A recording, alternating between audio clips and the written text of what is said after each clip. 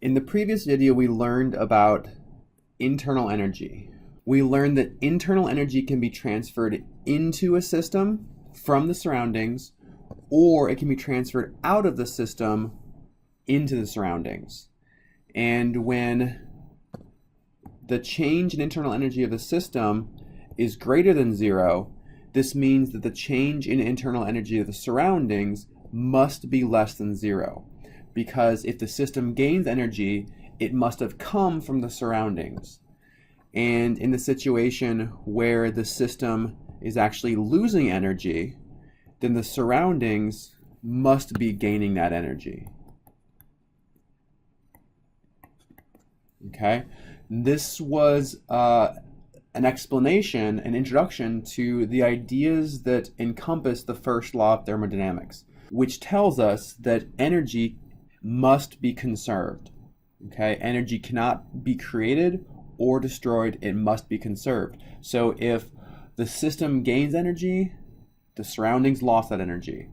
If the system loses energy, the surroundings gains that energy. And we can summarize this as the change in internal energy of the system equals the negative change in internal energy of the surroundings.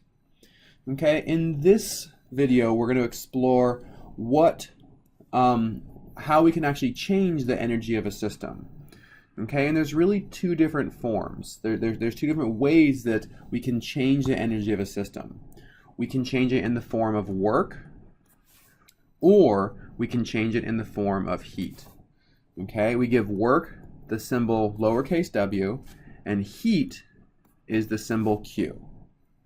Okay, these relate to the change in internal energy of the system, and we specify system equal to work plus heat. Okay, so the idea here is that energy can be transferred into the system or out of the system in the form of heat. And this one's the easy one to conceptualize. Okay, so heat we've talked about before with enthalpy, right? We can take that energy in the form of heat and transfer it out of the system, or we can transfer it into the system. Okay, and so if Q is less than zero, so if Q is negative, we've learned before that this corresponds to an exothermic reaction. This is energy, this is heat leaving the system. So this should correspond to a change in internal energy of the system that's less than zero, because energy is leaving the system in the form of heat. Okay, and indeed, this equation is consistent with that. When Q is negative, this has a negative contribution to the change in energy of the system. So the system loses energy if heat is transferred to the surroundings. Okay? Likewise, if Q is greater than zero, this means heat is coming into the system from the surroundings. So we would expect the energy of the system to increase. Okay?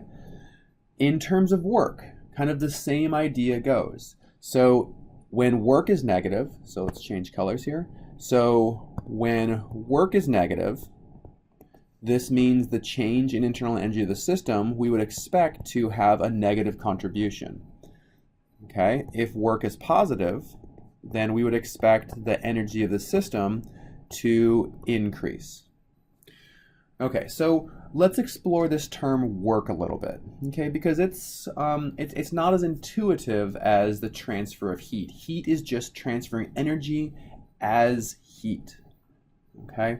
But work is transferring it in a form that's less intuitive. So we can define work as being equal to minus pressure times the change in volume, okay? So if you kind of think about it like this. So we have this chamber, and in this chamber, right, so we have this piston that can move up or it can move down. Okay, and if this piston moves up, then we create more volume. Okay, if it moves down, we create a more compressed space. So what we're thinking about is this region in here. If this piston moves down, we have to compress any gases or any molecules that exist in this space. If the piston moves up, then the gases would be allowed to expand. Okay? So if you think about you being inside this chamber, right? Y'all ready for my good art here? Okay, so if you're standing inside this chamber, inside the chamber we're considering our system. Okay, so to get this piston to move up, you would actually have to push on it, right? So you have to push this piston up, and by doing so, that's you exerting energy to move the piston up. So when you're moving this piston up, it is requiring energy. And the change in volume is actually positive, right? If you're pushing the piston up, then we are increasing the volume in this space. So we would expect that a positive change in volume to correspond to you giving energy to the surroundings. So we would expect a positive change in volume to correspond to a negative change in internal energy, because you are working to push this piston up. It's requiring energy to happen. Okay, and that's you giving energy away. All right, so a positive change in volume we expect to correspond to a negative change in internal energy of the system, let's specify, of the system. So that must correspond to a negative value of work. And indeed, that's what we see. Because of this negative sign we have here, when the change in volume of our system is positive, then the work is negative, which will then contribute to a negative change in internal energy of our system. Okay, so just think about it that way. If you're standing inside the system to make the volume go up, you are doing work pushing that piston up, and that is what makes energy transfer from you, the system, into the surroundings, and it transfers in the form of work.